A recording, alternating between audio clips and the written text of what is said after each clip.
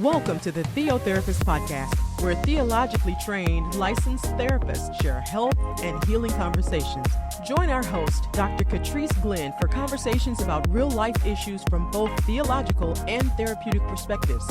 Each week, we speak to guiding questions with real-life application, humor, and engaging guests to share meaningful dialogues with our listeners. Let's begin. Welcome to the 6th episode of the Theotherapist Podcast. We're so glad that you're joining us today. Today I have one of my very, very special friends joining me on the podcast, the Reverend Dr. Jaye Lynn Peabody Smith. Now that's a mouthful. Dr. Smith, I'm so happy that you are joining me. There are so few of us who have the passion and the enthusiasm that we do for mental health and for ministry and the collaboration and integration of them both. I'm ecstatic that Jaye is with me today, and I'm just thankful for it. So I want to tell you a little bit about Jaye before she jumps in. Reverend Dr. Jaye Peabody Smith is a licensed professional counselor, and she has her own practice. It's the Peabody Practice, which provides counseling, consultation, and training for individuals and organizations.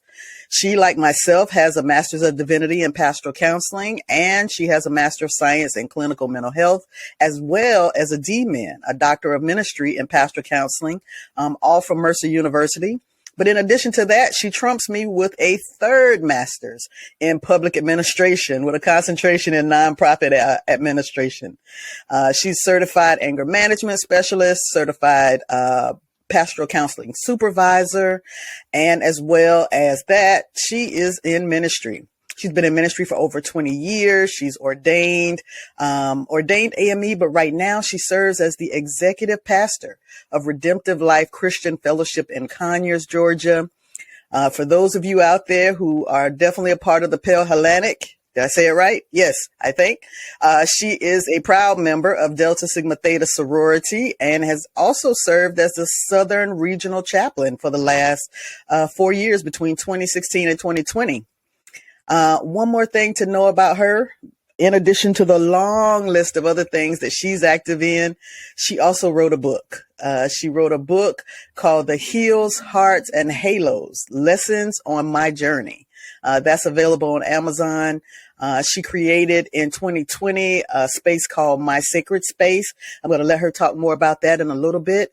But with all of those accolades, with all of those accomplishments, Theotherapist Podcast, let's just welcome Reverend Dr. Jaye Peabody Smith. Thank you so much for being here today. How are you today? I am wonderful, and I appreciate you having me here and creating this space for us. Definitely. Wow. Can you tell us a little bit about the nonprofit you created in 2020? Sure. My Sacred Space was or is an organization to help those that can't afford to pay for counseling services. So I will negotiate with other counselors in the field, and through people's donations, we're able to provide sessions for those who are either uninsured or underinsured, meaning their insurance doesn't really provide the coverage for them to get mental health services. So it is, my passion has always been serving the underserved. And so we created My Sacred Space to do that, and also to provide education about mental health so that we can help reduce the stigma. Oh, that's so necessary, right? Oftentimes we run into so many people who would go into mental health spaces and get help, but there are financial issues or perhaps some things that prohibit them from just walking through the door.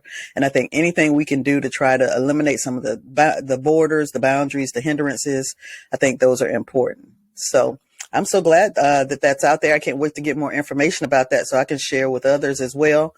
And we're going to give you information on how to connect with Dr. Peabody Smith later on. But know that she has a website, and tell the folks, you can go ahead and tell the folks what your website is now so that they can find you. Sure. It's www.thepeabodypractice.com. Gotcha. www.thepeabodypractice.com. So, I have run into Jay in many different circles. We both went to Mercer for our MDivs. And so, of course, we've crossed paths there. We both also completed, our master's in counseling there. And so oftentimes we've been in spaces to have either some conversation or at least, bounce some things off every now and then, even if we're not right in front of each other. And so I'm curious to you, Jay, when you think about integrating theology and therapy, how do you see that intersection point? Well, there is so many ways. It's two of the things that I love that I'm able to bring together. And when I think of therapy, I guess what some call like psychodynamic. I use a lot of object relations and kind of meaning that when we're born, we are born perfect and good, not from a theology perspective, but just, if you hold a baby and you look at a baby, that baby is perfect and good. And that's really what they know until life teaches them something else. And so oftentimes in therapy, what we're doing is going back and rewriting the narrative that life has given us. And so I bring spirituality into that because we're rewriting that narrative with who God says you are and what God's truth is for your life. And so to me, it's like taking these two really powerful tools and just bringing them together so that people can become our best selves. Isn't that the important part, right? To connect those dots so that we can realize and actualize who we were created to be and kind of how we are intended to be. So your passion areas, tell me more about your passion areas and kind of how those intersect with, your understanding of spirituality and therapy. Sure. So I have a huge passion for areas around forgiveness and relationship and dealing with shame. And forgiveness has been the one that I have done a lot of work around, partly because I have learned how to forgive. Like I am one of those preachers. I'm not going to preach what I don't practice. Right. So I always say I'm not going to preach or teach about patience or being on time because those aren't things I'm really good at. But I know what it is to forgive. I had some tough things happen when I was growing up. I was sexually assaulted when I was in college. My first marriage was very unhealthy. And I've learned to forgive in all of that. And when I got into the excitement of forgiveness, it's something I began to preach about or teach about. And the one common denominator afterwards would be like, that was really great, but you didn't tell me how to forgive. And so that is where I wanted to really focus my research on. The other thing that would come up is that if somebody was unable to forgive, they would then pull themselves back from God. Not that God ever left them, but they would have this idea that because I'm unable to forgive, I'm not a quote unquote a good Christian or God is disappointed with me. And that was heartbreaking for me. One of my favorite texts in the Bible is the Pharisees and the tax collector, where the Pharisees does everything and he's, loving himself. The tax collector is, I'm a sinner. But what's interesting in the text is that the tax collector doesn't even come close to the temple and he's looking down. And I think that's what happens when we can't be who we think God wants us to be. We have this shame that pulls us away from God. And so I really wanted to help people kind of navigate that circle. Oh, and that's such a space that we all find ourselves in, right? Every human at some point tends to cross that journey or cross that path. That's why today's podcast is focused on forgiveness. And asking kind of one of those seminal questions, why do I need to be the one to forgive? Why do I need to forgive? That's often a question that many of us have either encountered or we ponder. Because we hear out in the world, you need to forgive, you need to forgive. You may have heard it from your church context. You may have heard it from social media. You may have heard it from a relative, but it always seems as though there's some onus on us to forgive and not that there's a power in forgiveness. And so today we want to talk about that because forgiveness is not, as you know, about the other person. It's about us. It's about what's going on inside of us, what's happening in our mind, our heart, and our spirit. And so, one of the guiding questions I wanted to leave kind of in the backdrop of what we're talking about today is, what difference does it make to forgive? Like many people are pondering, this horrible thing happened to me, or this thing that I really didn't like happened to me, or I feel betrayed, or I feel like someone broke my trust. I feel like someone mistreated me, or a situation mistreated me. And I don't know that I want to let it go. I don't know why I need to let it go. What difference would forgiveness make in the first place? And so, in the backdrop of our conversation, I'm hoping that that guiding question kind of leads us through some of the discussion that we're having today. When you hear those particular types of questions, what comes up for you? So I do hear that one a lot. Like, why should I forgive? And I've all heard the reason why before, that anger only hurts the host, that forgiving frees us, not necessarily the other person, that we don't want to be a hypocrite, right? Because the Bible says that we have to forgive others for, God to forgive us. And I don't know about the rest of y'all, but I still sin pretty often. So I kind of need that forgiveness that God has given us. But the challenge becomes, especially with the church, I think we do a disservice when we give this idea that it happens just like that, right? That we forgive and we're supposed to do it very quickly. And it's not. If forgiveness is indeed a process, there's a difference between emotional forgiveness and decisional forgiveness. Decisional is, yes, I forgive. Sure. Emotional forgiveness is really being able to release the anger and the resentment and the hurt behind the act that you're forgiving. So in general, people will say, why? I think most of us get why, but it's difficult. It's still difficult. And that's where what I learned is that there are many barriers to forgiveness, right? And so when you ask somebody, what are the barriers, right? So when someone says why, and we say, well, why not? Those tend to be the barriers. Well, that person doesn't deserve my forgiveness. You're absolutely right. We didn't deserve it when God forgave us. Or if I forgive, it's like letting them off the hook. No, it's letting us off the hook from all of that pain and that anger. Or I'm waiting for them to apologize. Well, most of us are waiting for apologies we're never going to get. And some of it is sometimes people don't even know that they've hurt us or that there's a reason that we're looking for their forgiveness, especially if we haven't communicated it.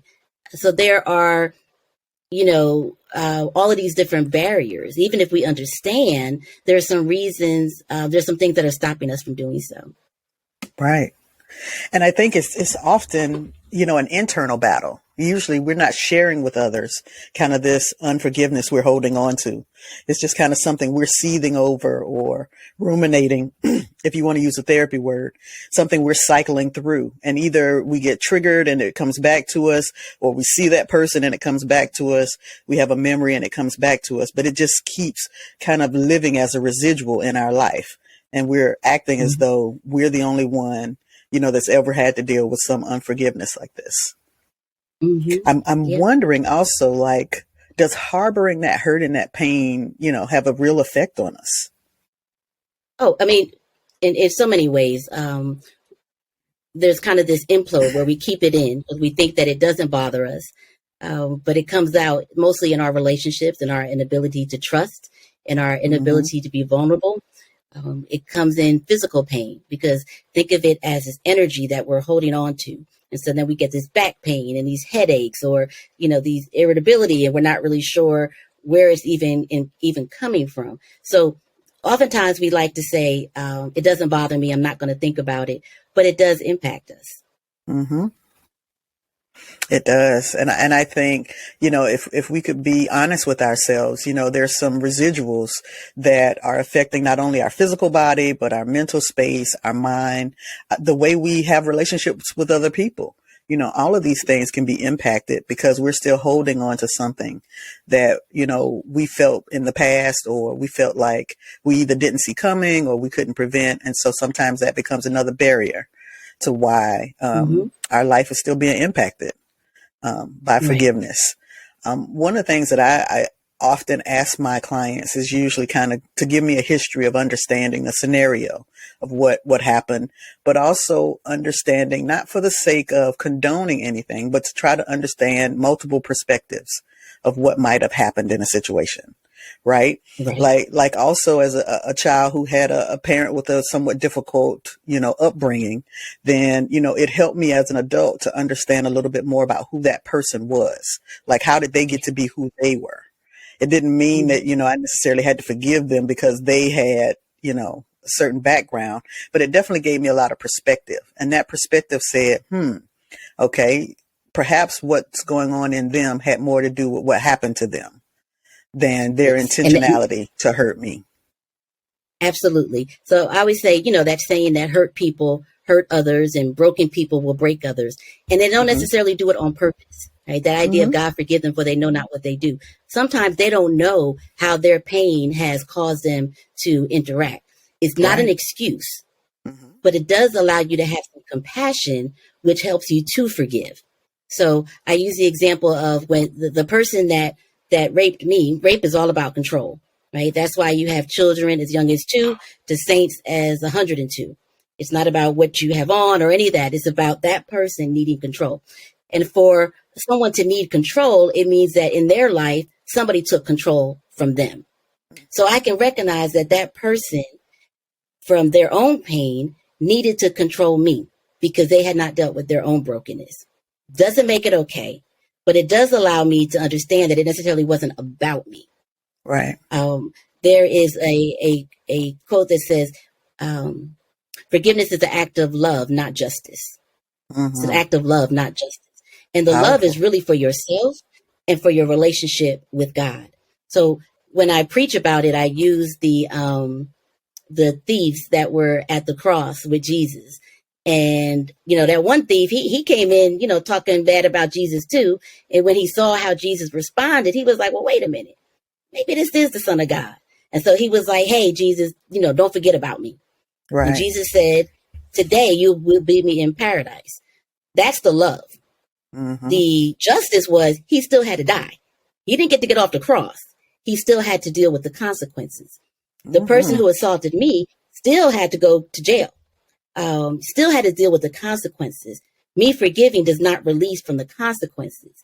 But again, it's an act of love for myself and for my relationship with God. And so when I think about how difficult it is to forgive somebody, but God forgives us just like that, it makes me fall in love with God even more.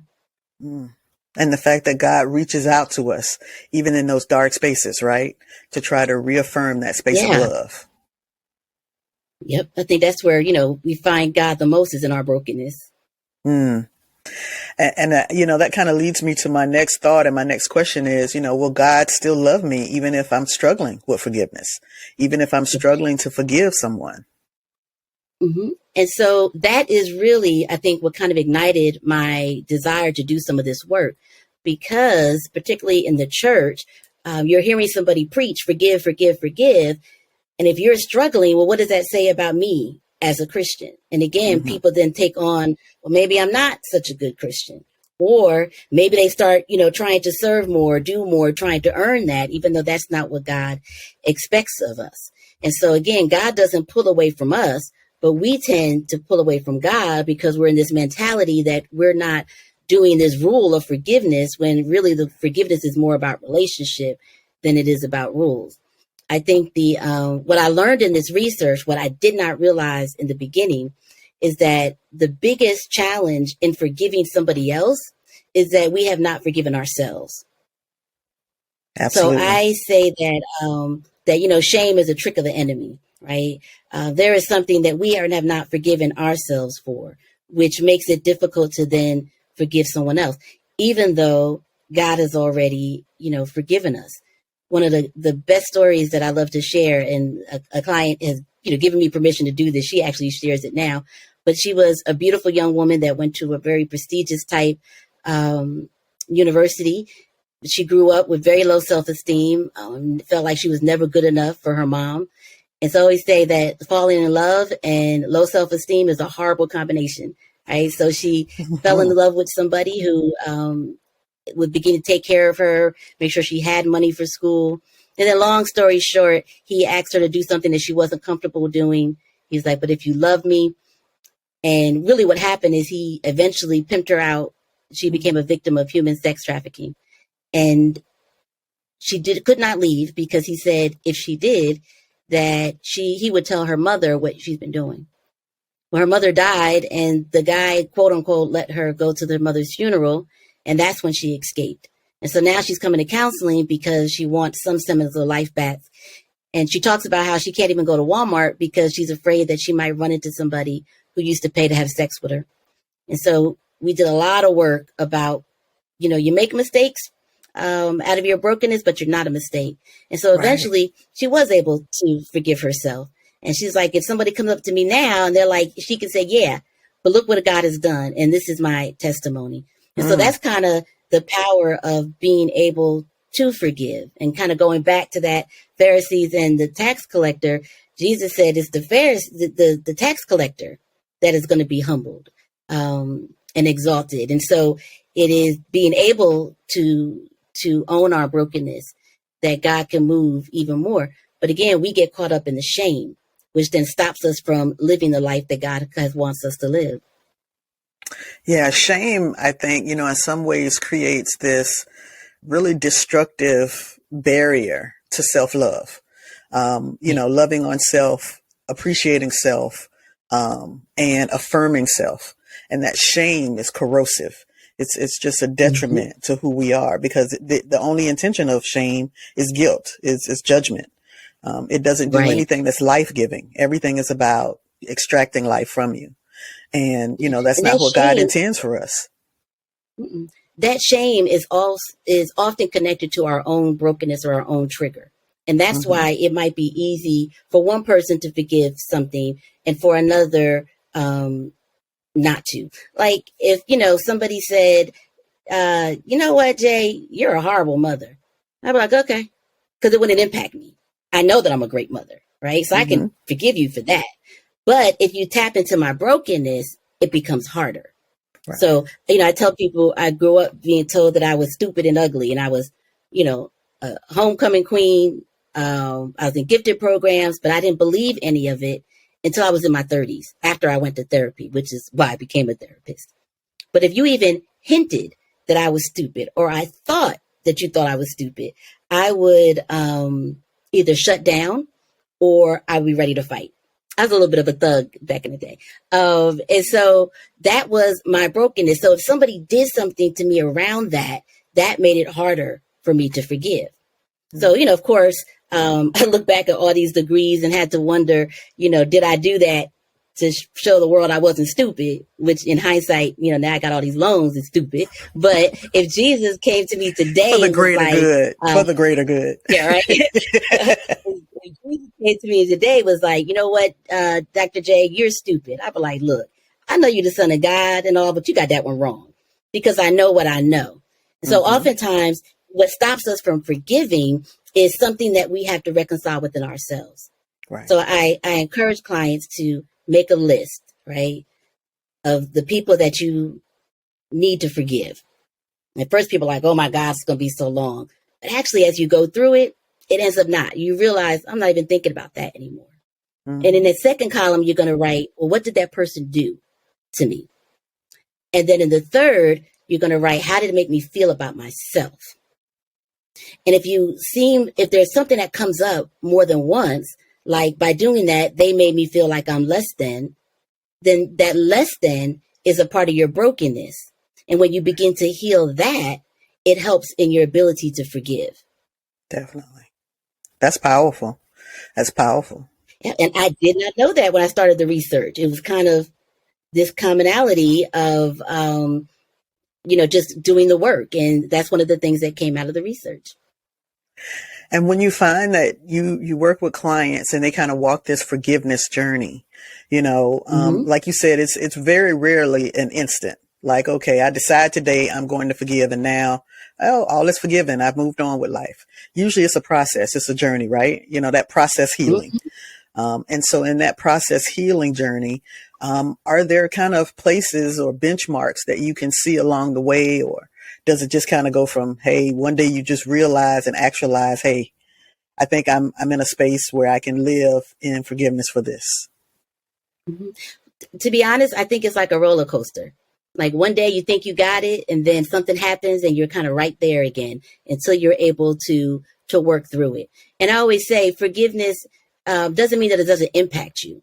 It's just not in the same way, right? Right. You're able to release that anger or that desire for revenge, and you're able to see what about this bothers you so much, and how it's really more about that person, that people do what they do because of who they are, not because of who we are. And again, I always say it's a process, because you have to start, and then sometimes you got to start again. But at some point, you do make that choice to forgive. The other thing is that I compare it to that analogy of like a wound, where you have a cut or a wound and it heals, and you look down and there's a scar. So you never forget. It just doesn't hurt as much. So this idea of forgiving and forgetting is not even, doesn't even exist. It's not possible. You're not going to forget the traumatic experience, but you will be able to let go of the hold that it has on you. Right. And, I want to kind of end with a question. I do a lot of couples counseling. And so there's an additional layer to this, working through that forgiveness journey when you have the space and the time to do it, and you're not there in front of the person that triggers you, is one thing. But what about when you live with them? What about when you still have day-to-day interactions and you've got to navigate difficult relationships while still trying to journey toward forgiveness? We have so many couples that struggle with internal issues of forgiveness. And then you've got mothers and daughters, you've got siblings, you've got cousins, you've got auntie nims. Thanksgiving, I know, is a huge trigger for forgiveness, as well as Christmas, because you have all these gatherings with people who potentially are triggering that unforgiveness. And so just what are your thoughts, when you have to live with these ongoing relationships and work on forgiveness? It's hard to heal in the place that hurt you, right? Mm-hmm. But I think it comes down to making that decision and that person in that decision with you. So, we see a lot of infidelity, right? Mm-hmm. And I always tell the person that was cheated on that this has nothing to do with you. It's really them, right? So how can we, one, build back trust? What can this person do to build back trust? And then the person that stepped out, we got to figure out, well, what was that about for you? Mm-hmm. And how do we heal whatever that brokenness was that caused that to happen? In that scenario, though, you have two people who are willing to work together on that forgiveness process, right? What might be a little bit different is when that's not the case. And really in both, sometimes you have to ask yourself that question, or tell yourself your partner is not your problem. It's what they're triggering in you. Mm-hmm. Right? So when I look at my first marriage, it was very unhealthy. I don't blame it all on him, because the reality is I didn't have any self-esteem. And so I married someone that kind of represented what I thought about myself. And then I had to then realize at some point, this is about me. And then when I became whole, what was going on didn't work anymore. And so in that situation, I can forgive, but I can't stay. Right. So not everyone deserves a front row seat in your life. Some get a front row, some get a back, some don't get in the building. As children, we don't have those choices as much, but as adults, we do. And if that other person is not willing to journey with you and to grow with you, you might have to kind of find either a different person or take that journey by yourself for a while, which actually was really fun and then I met my new husband, 5 years now, but because I was in a better place, because I was good, I was able to connect with someone who was going to be good to me. So it's not always easy. And the other thing that I hear is that, well, the Bible says I have to honor my mother and father. Okay, but we can go into the theological understanding of what that means, right? This is why it's great to be duly trained, because you can kind of explain what the context about that really was. Really had a lot to do with names and lineage and bringing honor to the name. It wasn't the idea that somebody abuses me and I'm supposed to be okay with it, right? So again, even with family, sometimes we got to make tough choices. Forgiveness does not mean that trust is restored. Mm-hmm. Trust is earned. And in forgiving somebody, it means that they have earned your trust again, because really they have broken trust with you, and they have broken their trust in what God has asked them to do. So they have to be willing to build that trust back. And if they don't, it's not because you're not worth it. It's because whatever it is, reason with them. But then you have some tough decisions to make. Because they're making choices, and so should you. Absolutely.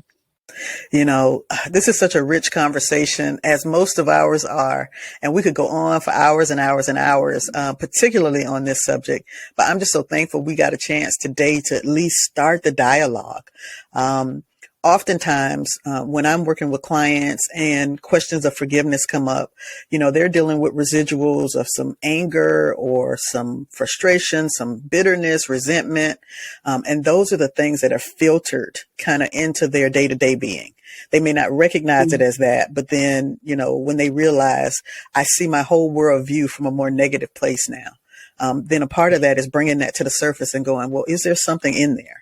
Is there something that's motivating this, that perhaps is creating that dark space for you? And where can we find the light? Like, where can we look for light so that we can kind of get you back closer to the light? Go toward the light, Carolyn, go toward the light. And so, I would ask kind of as a last question on this topic, in all that you've researched and all that you've worked with, what would be that one thing you want someone who is struggling with forgiveness to hold on to and to start their journey with? I think going back to that message or that question, what did what they do? What does that make me feel about myself? And be introspective enough to deal with that. It's easier to be angry with somebody else. But behind anger is pain, fear, rejection. I can't do anything about them, but I could live my best life if I understand how I can be healed. If I hadn't gone through this healing process, I probably would be afraid to, go outside. I wouldn't be able to have a great co-parenting relationship. So really, forgiveness is about me, and allowing me to let go of those things that stop me from being my best self and being everything that God has for me. It's right. It's not easy. That person probably doesn't deserve your forgiveness. The crazy thing is they may have asked God and God forgave them, and we still over here being mad. Who knows? We can't do much about them. But if we walk with and abide with God, there's so much that we can do to grow for within us. Ooh. Profound words. I want to thank the Reverend Dr. Jaye Lynn Peabody Smith for being with me today. I had to call all your government names out. So thankful for you being here. This has been such a rich conversation. My hope and my prayer is just going to bless so many folks. Please let them know how they can find you on your socials and your website, all that information. And if you have anything else coming up, make sure you tell them about how they can get your book as well. Okay. Well, the website again is the PeabodyPractice.com, and that has all of the contact information. If you order the book from there, I can send it to you myself, which means I can autograph it for you. And the Peabody Practice on Instagram or Facebook, and then Dr. Diva of Divinity on Instagram too. It's easy to find me. I'm an open book, and people say, "Why do you do that?" And it's because my life has been and continues to be such a testimony, and I'm grateful. So, well, once again, thank you so much. I'm glad that you guys all joined us today. Next week we have episode 7, and that will be with Millicent Parker, and she is an LPC, a Reverend LPC, and she'll be talking about emotionally toxic relationships. So that'll be a nice jump from where we are today on forgiveness. All right, thank you so much for listening today. You guys be well and be blessed. Theotherapist Podcast, real talk at the intersection of theology and therapy. Check out Dr. Glenn's new journal series titled Brain Dump Journals for the Busy, available on Amazon. Visit our websites for more information at thetheotherapist.com or catriceglenn.com.